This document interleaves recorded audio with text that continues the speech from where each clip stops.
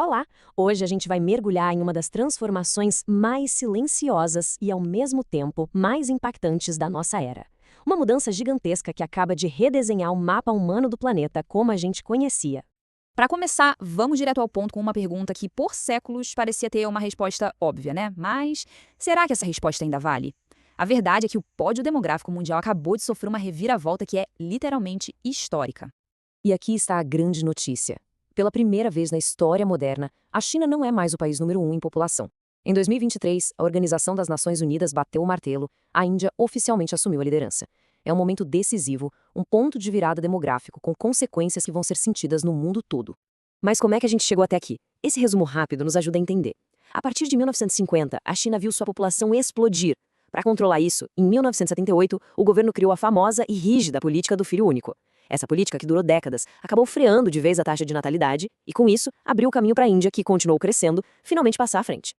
Certo? Com essa mudança histórica na mesa, vamos dar uma olhada em como o mundo está agora. Afinal, quem são os maiores jogadores nesse palco demográfico atual? Bom, este é o top 10 de hoje. Índia e China estão assim, numa liga própria, cada uma com mais de 1,4 bilhão de pessoas. Juntas, elas são mais de um terço de toda a humanidade. Depois delas, tem um salto enorme até os Estados Unidos, em terceiro. E olha só o Brasil firme e forte na sétima posição com seus 214 milhões de habitantes, se consolidando como um gigante aqui nas Américas. Agora, o mais interessante aqui é o porquê dessa mudança. Não é só uma questão de números, mas de dinâmicas completamente diferentes.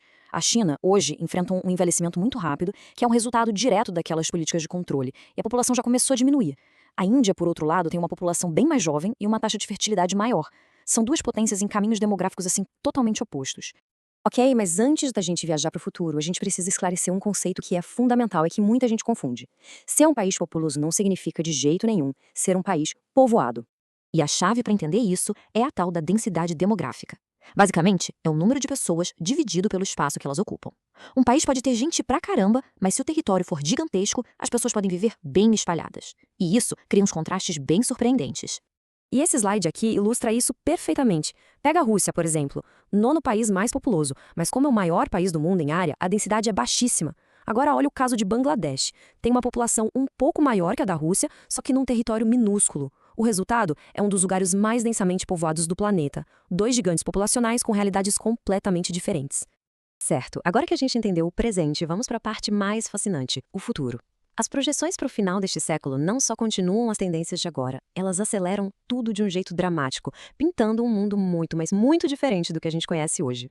Dá uma olhada nessa lista. Isso aqui é uma verdadeira revolução demográfica. A Índia continua lá no topo, mas olha a China, caindo para a quarta posição. E o mais chocante de tudo é a ascensão da África. Nigéria, República Democrática do Congo, Etiópia, Tanzânia e Egito são 5 nações africanas entre as 10 mais populosas do mundo. É uma organização completa do eixo de poder demográfico global. E para ter uma noção do tamanho dessa mudança, vamos ver quem perde população. A queda da China é algo monumental, uma perda projetada de mais de 650 milhões de pessoas.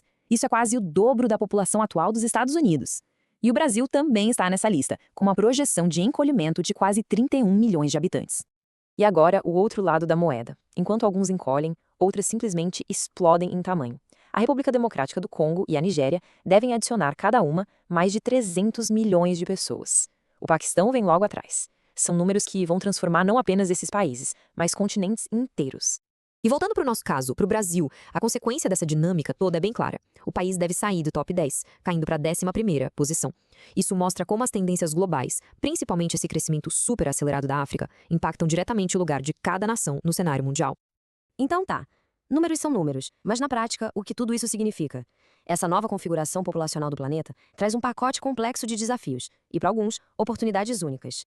Para os países com populações jovens e que não param de crescer, existe a chance do que os especialistas chamam de dividendo demográfico.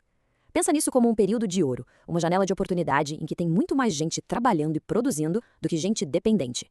Se isso for bem aproveitado, pode dar um empurrão espetacular na economia. Mas, e esse é um grande mais, essa oportunidade não cai do céu.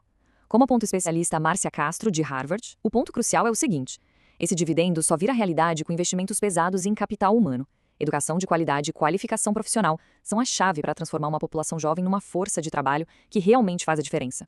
Já para os países que estão encolhendo, como a China e no futuro Brasil, os desafios são imensos. Comemos gente trabalhando para sustentar uma população idosa cada vez maior, a pressão sobre os sistemas de aposentadoria e de saúde fica gigantesca. Isso força um debate super complexo e muitas vezes bem difícil. Como é que a economia vai continuar crescendo?